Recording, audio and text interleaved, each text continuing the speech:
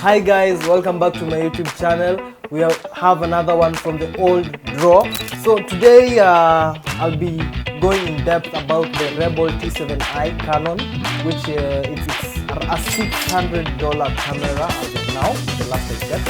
So now we're going to go in depth about setting it up and getting it ready for your videos and photos.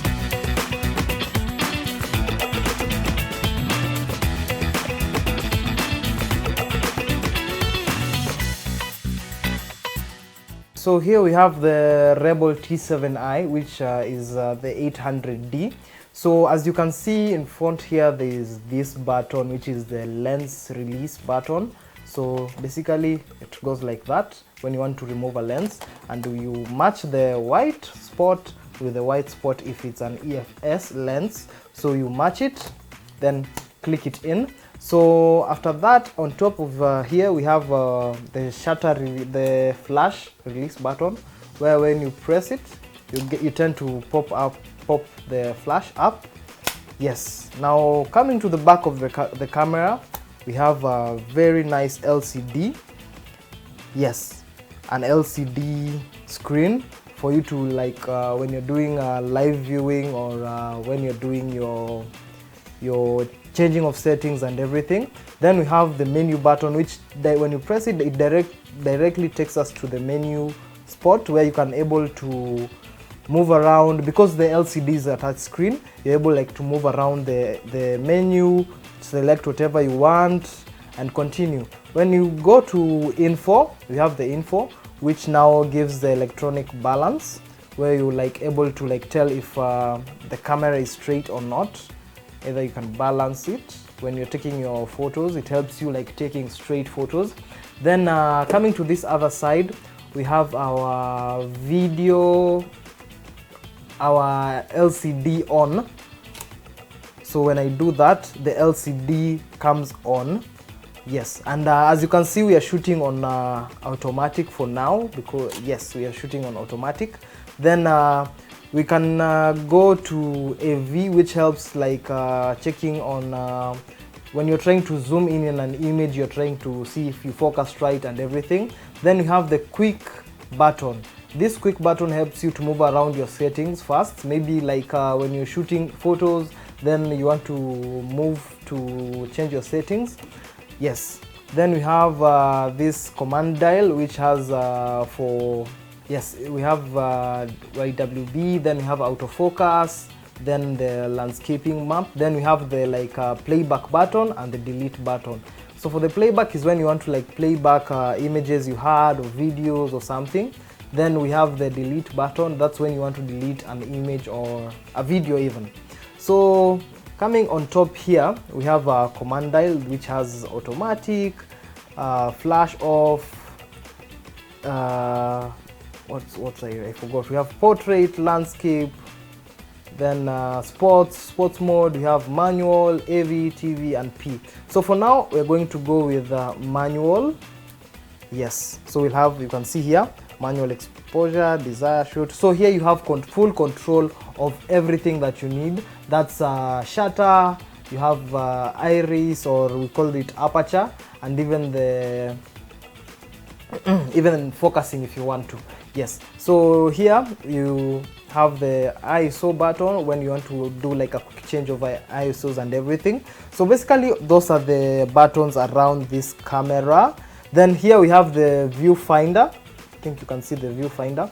This is the place usually you can use when you're trying to take photos and have a direct view of the photos you're taking. So as we're in the manual, we'll start with our settings. As you can see, the LCD is displaying all our settings, and if you want to access them quickly, you press the Q, then you're able to move around wherever you want to change your settings and everything. So yes, so we are at a shutter speed of 1/2000, which for now we are not shooting much of moving fast.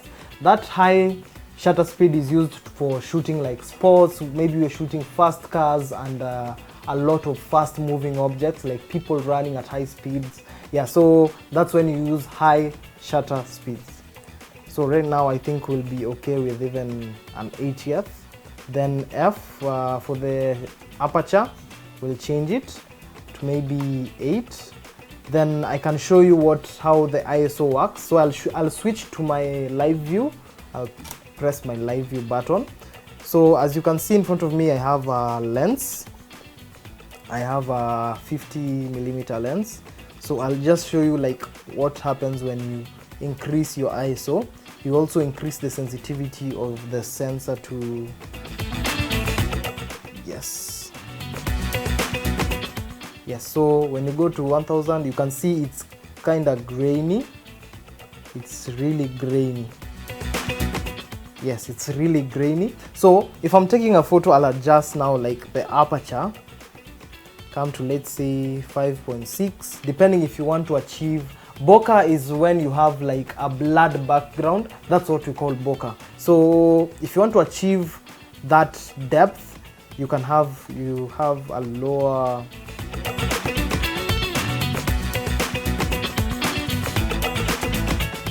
yes, so let's have it like that.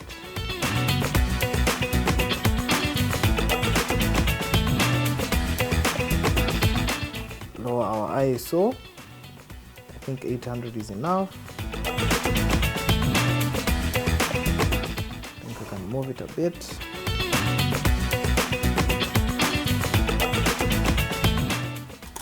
Yes, so as you can see, our focus was on the Canon logo, so that's a well exposed photo for me.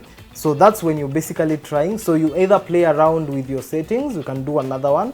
This is a photo with an you can see the info. So the aperture was at 5, ISO was at 800, and the shutter speed was 1/30. So I think we'll do another photo with a little bit change. So we can go to f9, which is aperture at 9. Then ISO, we can crank it up to, let's say, yes. Then increase the shutter speed, take the photo. Now you can see there's a big difference between those two photos. One is sharp, one is noisy. So the noisy, it's because of the ISO. So when you increase the sensitivity of the sensor a lot, you tend to have noise around your image. So we really try to avoid that by lowering your ISO to the lowest point, where it doesn't become dark, but where you still maintain the detail in your shadows and highlights. Yes. So then here we have autofocus. Let's see. You can lower our ISO. So the good thing I like about this camera is that you can focus by tapping on the LCD. So it's a really nice feature. Here you can see our images are really nice art. So you can see I just tap, it focuses and takes the photo.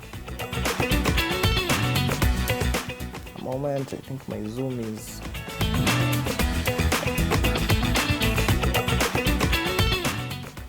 yes. So it takes the photo with a tap.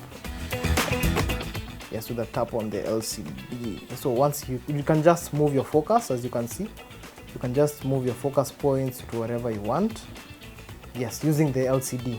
Yes. And yeah, I think that's enough for the photos. Now we can switch to the video. As you can see here on top, we have the on and off button, and if you move it to the end, that's the video feature. So if you move it to the end, we are on video mode now. As you can see, we are on manual video mode. So whereby we are able to adjust our settings the same way. You can either go with the LCD. So when you press the LCD on button on video, that's for recording. So let me adjust my settings first so that we have a good shooting view. Yes, so when you press the LCD on, it starts recording, and right now we are recording. Yes. Okay. Sawa.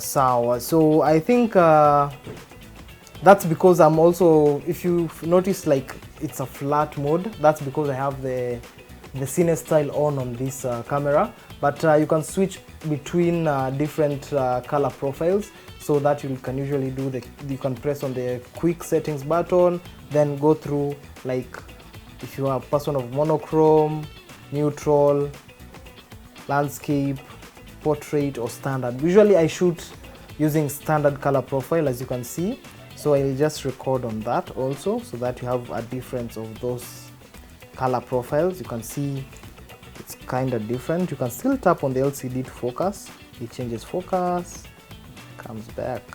Yes, there we are. So you can slowly zoom and it will still track the object. Yeah, so I think that's all for today, guys. Thank you for watching. Please share, like, and subscribe as we get to know more tutorials from old cameras from the wardrobe.